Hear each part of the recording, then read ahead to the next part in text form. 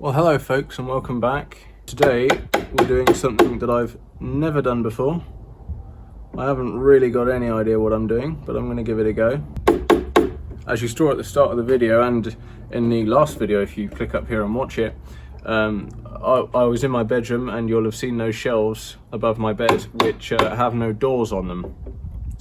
That set of shelves was actually once part of a built-in wardrobe, but when we redecorated my bedroom last, we cut out most of it and sort of made a funky bed design that sort of bolts one end to the wall above the stairwell, so there's a sloped bit in there that the wardrobe used to be on top of. But now the wardrobe is in the corner. It's a freestanding one, different corner, and all that's left of the original set of wardrobes is those few shelves from the top corner of the room above my bed. And we've had it on the list for a long time to cut down the doors and make them fit the shelves, but just never got round to it. But today I'm giving it a go, even though I've never done any door fitting ever. And as I say, I don't really know what I'm doing. I'm basically just guessing at what's probably right. And yeah, we'll see how it goes. So you saw me measuring up and cutting off just over a blade's width on the table saw from the bottom of the doors to make them fit top to bottom. And now these are cutouts for hinges from the original doors when they came off, but because we've cut the doors down, we need to put in some more cutouts for another pair of hinges at the bottom of the doors. So that's what I'm trying to do now. Then I also have to make cutouts in the frame, which is quite scary. But again, we'll see how it goes.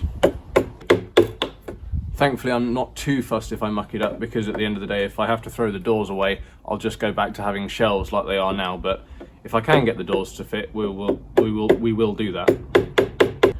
I have to confess that I've been reticent to do this job for a long time because of how fiddly it seemed. I mean, as you can see from the way I'm chiseling, I don't need to remove a lot of material at all. Even that chunk was probably too deep. Normally, the way I work, the kind of jobs I do, it's a bit more crash bang wallop, lots of shouting and fire and brimstone, and the tolerances aren't very fine. Whereas for this job, I feel that they kind of need to be quite a lot finer. So testing my patience and my skills doing this. But hey, to get all philosophical, they do say you should push yourself, don't they? It's supposed to be healthy or something, rather than wallowing in your comfort zone all the time.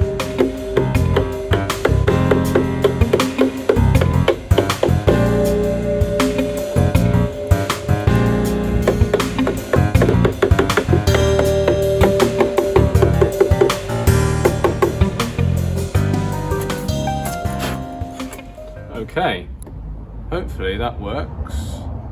I mean, that's 1-2 holes. These ones are a bit deeper, but then they have cardboard shims in them, so I'm guessing they were made too deep, whereas I'm guessing, as long as the steel is just slightly below the level of the wood, then that's fine, which they are, because then the other side shuts like that. I drop the hinge on the floor. So now all we've got to do is take them home and start putting the holes, or these cutouts, in the frames, hopefully in the mirrored location. Drill some holes here, which might be tricky. Got my drill up at preschool, as with most of my tools at the minute. And yeah, keep I don't know, guessing, fumbling my way through. New clamps who dis, by the way.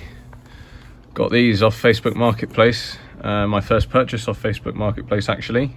But that's the kind of thing that I'm interested in off there, not throw cushions and china mugs.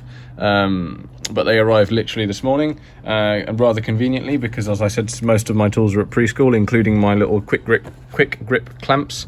So these have come in handy to clamp them to a stool rather than the workmate, which is also at preschool. Struggling on with no workshop.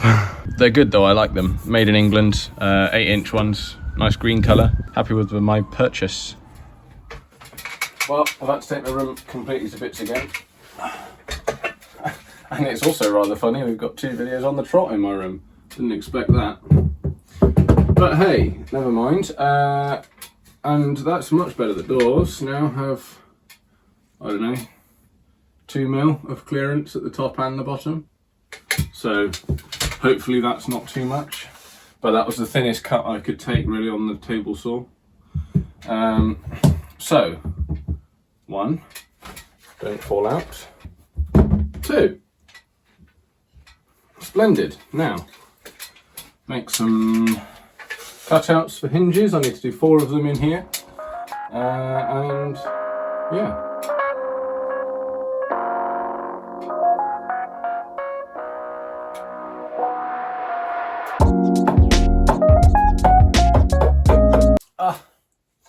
Of course there's a knot around there. That's why my chisels aren't biting in this, I think. Yeah, lovely little knot. The other difficulty I've got is when I want to chisel upwards like this, the bottom of the cupboard is in the way, and I suspect it'll be the same when I'm trying to chisel downwards here. Don't know, I guess I'll just have to go from the front. That's what she said!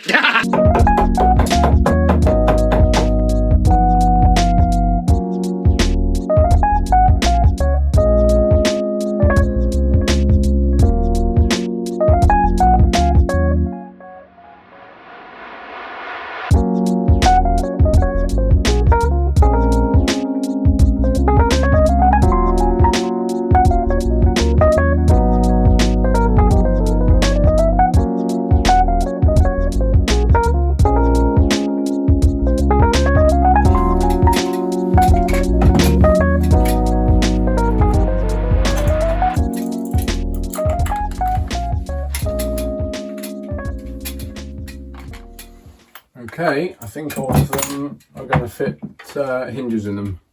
So now we need some holes.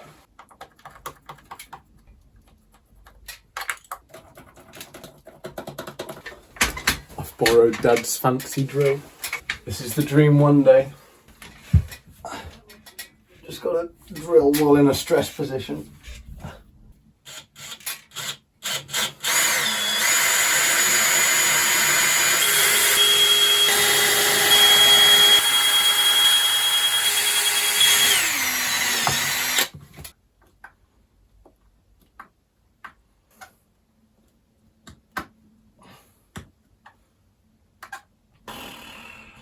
That, honestly,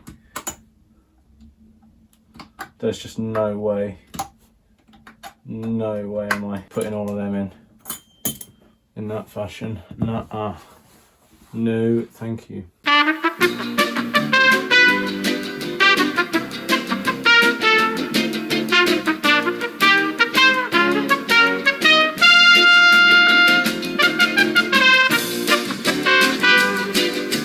Okay, cabinet making is something that I'm turning out to not be enjoying that much, because the hinges that I'm using was the original hinges from the wardrobes, and they also had these brass flat-headed screws which I was trying to put in, but obviously flat-headed screws are about 1,000 years old and I hate them because they always mash.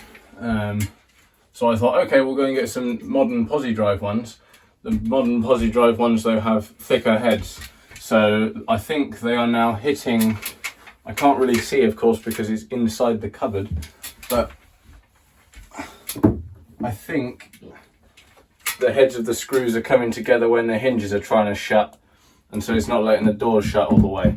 Also, they're obviously not level or plumb, I don't know, whatever the term is, because that one's sticking. And I can kind of just see that, oh no, maybe that one will shut, alright. But yeah. So, my options, I suppose, the easiest way would probably be to countersink the holes in the hinges. So, might as well try that first, I guess. 3 hours later. Okay, let's go. I have been fettling around, got quite frustrated, I won't lie. But I persevered with the flat-headed screws, using the driver to put them in, which was very helpful, and a little bit of soap for some lubrication, plus a little bit of chiselling on the inside of the frame here because this one wouldn't shut properly. But 1 and 2, which I'm pretty happy with for a first go. So yeah, job done. Obviously I'm not a painter, don't have the patience for that, that's all been used up for today. So sanding them and repainting them can wait. Maybe someone else will do it. But yeah, thanks for watching. See you next time. Au revoir.